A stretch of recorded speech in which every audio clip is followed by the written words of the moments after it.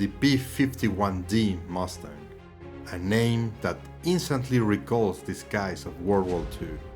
But what if I told you that this legendary fighter went back to war 25 years later over Central America? That's right, this is the story of one of the rarest Mustangs ever to see combat, El Salvador's FAS-402.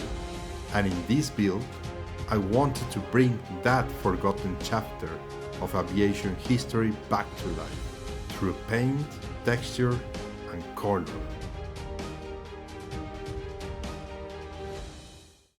The conflict took place in July 1969 and is remembered today by two names: the 100-Hour War and more commonly the Soccer War.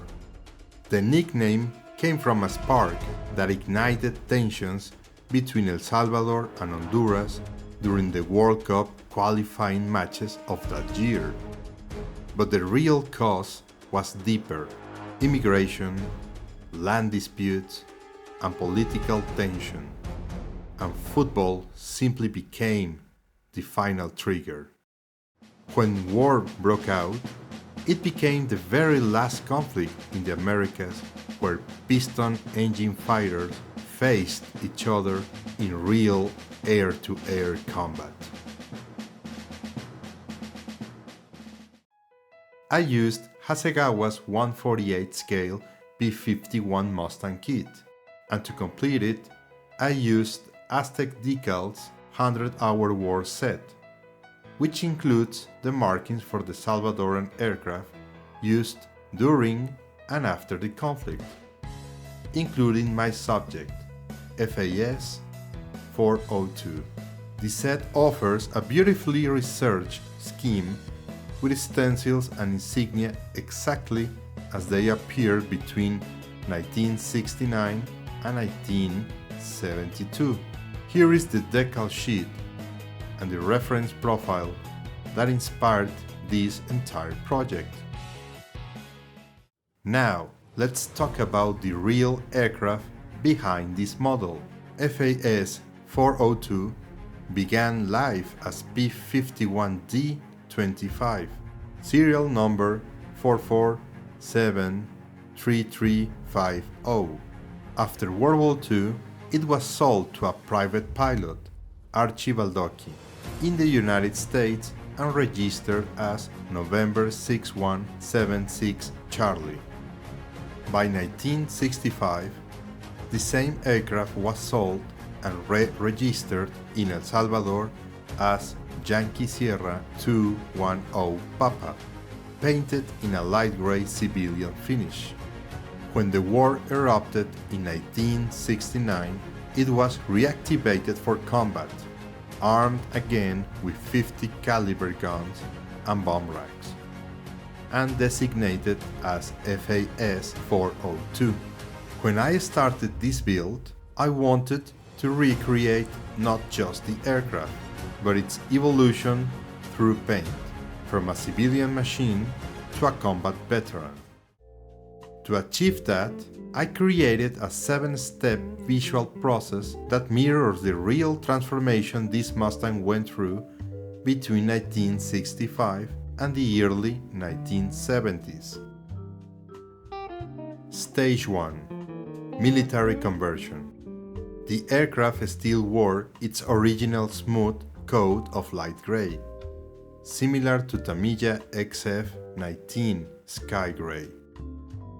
All civilian markings went off, and we can see the first military code as the little flag on the rudder and the number 402 over the flag. Stage 2. First military color. After arriving at Ilopango Air Base, mechanics applied a rough coat of reddish-brown, similar to Licona's hobby color red-brown. This was done quickly, probably by hand, to make it less reflective and more combat-ready. Stage 3. The camouflage. Over the brown, I airbrushed irregular patches of green, using Tamiya's XF-13 Japanese Army green. This step represents the improvised field camouflage applied just days before the conflict began. No pattern, no templates, just urgency. Stage 4. The identification markings. After several friendly fire incidents, Salvadoran aircraft were given bright yellow bands across the wings and fuselage. I replicated these using Tamiya's XF3 flat yellow, carefully feathering the edges to match the hurried seen in period photos. These strips became one of the most distinctive visual elements of the soccer war. Stage 5. National insignia. Once the ceasefire was declared, the Mustangs kept flying. Round blue and white insignias of the Fuerza Aérea Salvadoreña were added to the wings and fuselage. The combination of camouflage, yellow bands, and the Salvadoran markings created a striking and unusual look. Stage 6. The post-war repaint. Between 1970 and 1972, the upper surfaces were partially repainted with light gray, close to Tamiya's XF80 Royal Light Gray. Stage 7. The final weathered appearance. By 1973, some aircraft also carried a black identification stripe under the wings, a tactical marking likely used for patrol recognition. I recreated this using Tamiya's XF1 flat black, slightly faded to suggest wear, faded olive tones, chipped gray panels, and stains blended into a patchwork of history. To recreate that look, I used a mix of Tamiya's XF11 Japanese Navy green and XF67 NATO green for variation, followed by subtle filters, pigments, and fine scratches using AK Interactive watercolor pencils. The goal was balance, a lift-in aircraft, not a wreck. For smaller details, the spinner was black with a white tip, and the canopy frame displayed slightly mismatched tones, suggesting replacement from another airframe, and used Ushi van der Rosten rigging line for the radio antenna, thin, realistic, and strong. Finally, I applied the weathering, dust, oil streaks, and gunpowder marks, using washes and pigments to give the surface that authentic operational tone. I wanted it to look like a machine that had seen the heat, the humidity, and the hands of mechanics doing whatever it took to keep it flying.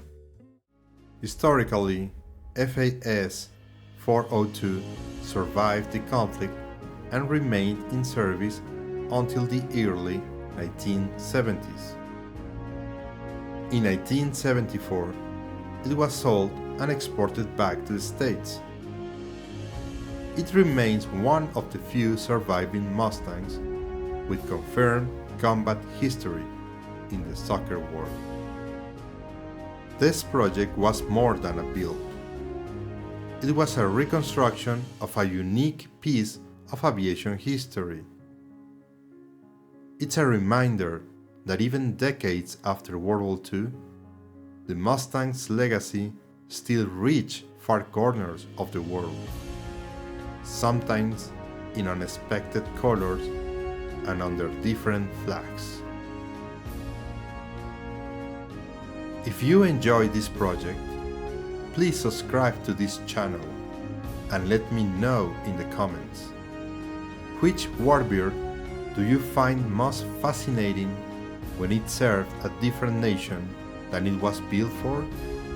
And have you ever built a model that tells a story like this one? Thanks for watching. And as always, history in every detail. This is Scale Legacy.